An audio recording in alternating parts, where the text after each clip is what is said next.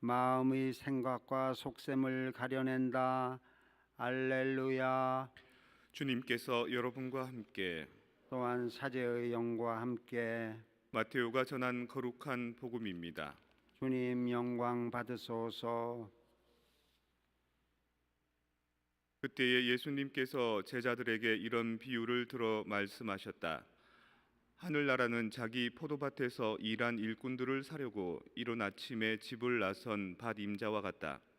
그는 일꾼들과 하루 한 데나리온으로 합의하고 그들을 자기 포도밭으로 보냈다.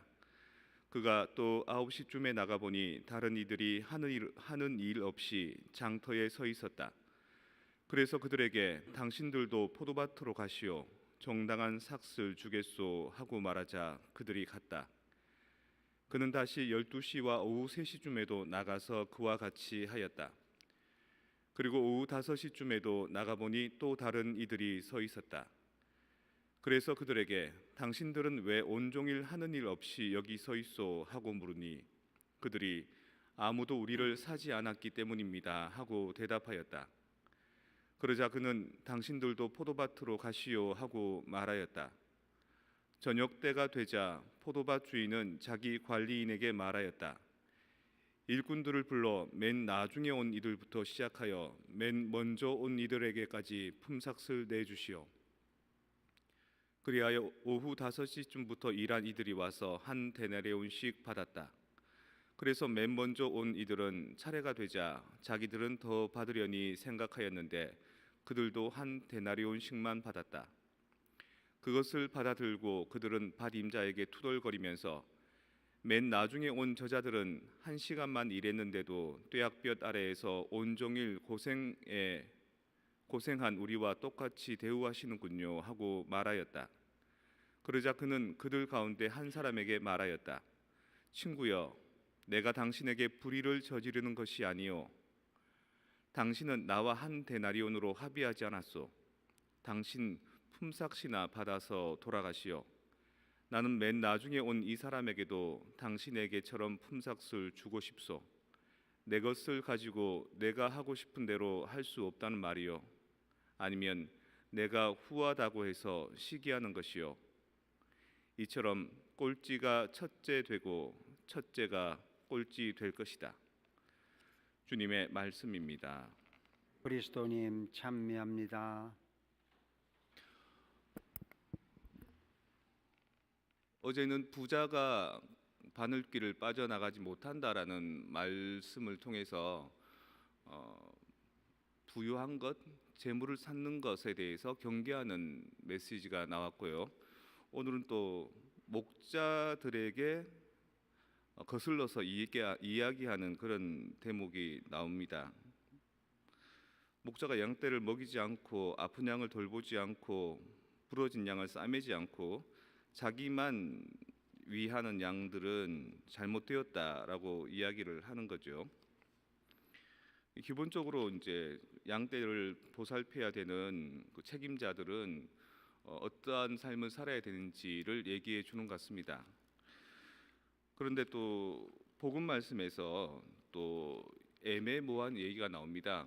그 아침 일찍 그리고 오전 9시, 12시, 3시 또 저녁 늦게 해질 무렵 이렇게 한 5대목이 나오는데요. 이런 그 순간순간들은 하루에 하느님께 기도하는 시간들입니다.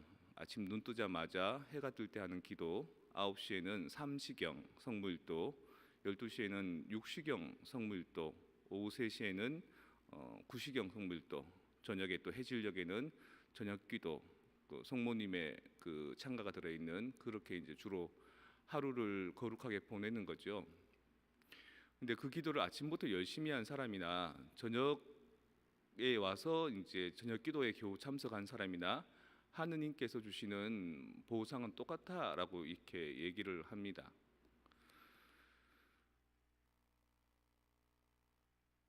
열심히 해온 사람들한테는 부당한 거죠. 근데 이 부당함을 어제의 복음과 연결시켜 보면 우리가 해온 선한 삶들, 우리가 해온 거룩한 기도들도 우리는 다른 세상의 이치들처럼 노력한 만큼 애쓴 만큼 그만큼의 보상이 있다라고 생각하는 거거든요.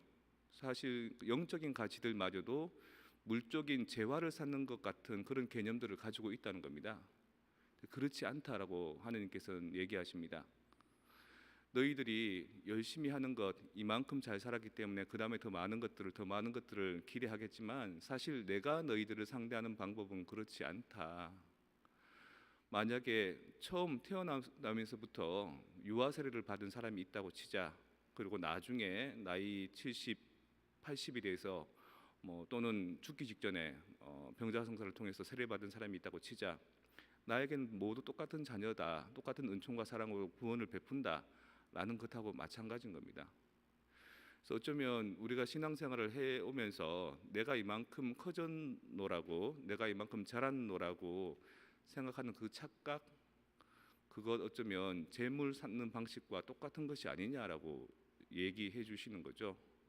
그리고 목자라는 존재들은 그것에 대해서 계속 끊임없이 도와줘야 된다는 겁니다. 그리고 아침 일찍에도 또 오전에도 낮에도 오후 늦게도 저녁에도 매 순간 이 사람들이 회도할 때, 변화할 때, 개심할 때를 위해서 계속해서 애써야 된다. 어느 한 순간이라도 자기를 위한 시간들, 자기를 위한 편의들, 자기만 잘 먹고 잘 지는 것이 아니라 아파하고 힘들어하고 싸매고 고심하는 양떼들을 위해서 살아야 된다라는 운명을 얘기해 주고 있는 거죠. 여러분들도 매일미사에 나오시는 분들 같은 정도면 아마 꾸준한 신앙생활을 아마 자랑으로 삼고 있을 겁니다. 그리고 꾸준한 신앙생활만큼이나 정제되어 있는 삶의 이 가치들을 살아왔을 겁니다. 하지만 그것이 우리에게 이득이 되지 않습니다. 우리에게 이득이 되어 주는 것은 하느님께서 우리에게 주시고자 할 때에 이득이 될 뿐입니다. 오히려 우리와 똑같이 않게 신앙적이지 않는 삶으로, 선하지 않은 삶으로 살았던 사람들에게도 하느님께서는 똑같이 햇빛을 내려주시고 똑같은 은총으로 대해 주시겠다는 그것을 우리는 이해하고 받아들여야 되는 거죠. 그래서 우리는 부분을 보고 전부들을 파악하는 경우들이 많습니다. 회사에 가보면 한 7년 차쯤 되면 회사 돌아가는 일을 다 하거든요. 그래서 나보다 더 상사인 사람들, 과장급들, 부장급들 또는 회사 이사진들을 보면 참 놀고 먹고 일하는 것 같은 그런 느낌이 많이 들고요. 내가 생각한 아이디어들, 내가 애쓴 것들만 이렇게 뽑아먹는 듯한 그 생각이 많이 듭니다. 그때 이직률이 제일 높습니다. 하지만 그 과정을 거쳤던 이사진들 또는 그 부장급, 과장급 사람들은 그 시기에 힘을 내야 될 것들을 알고 있고 그 실무를 해야 될 그 타이밍을 알고 있고 이제는 그 사람들을 건사해야 될 관리자의 역할을 또 하고 있는 거거든요. 근데 그게 잘하기 전에는 잘 안 보입니다. 저도 수도원에서 일할 때 실무 역할은 제가 더 잘했습니다. 하지만 원장님들이나 아니면 장상들은 전체적인 언저지를 어레인지할 때 불만이 많았었죠. 합당하지 않는 것 같고 애쓴 만큼 사람들을 격려해 주지 않는 것 같고 또 열심히 살지 않는 사람에게 제대로 야단치지 않는 것 같았고 하지만 지나고 나서 보니 그 모든 것들을 몰라서가 아니라 다른 접근 방식으로 다른 섭리로 우리 공동체를 이끌어가고 있다는 것을 알게 되었습니다.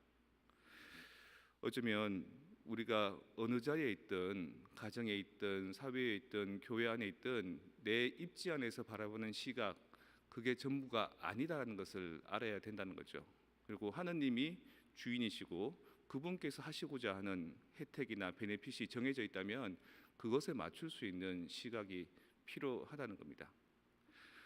돈이 많아서가 아니라 집이 커서가 아니라 어쩌면 우리는 영적인 것을 가지고도 사회적인 부자들만큼이나 내 안에서 부유함을 꿈꿔왔는지 모르겠습니다. 그리고 나는 이만하면 먹고 살만하다라는 자만심을 가져왔는지 모르겠습니다.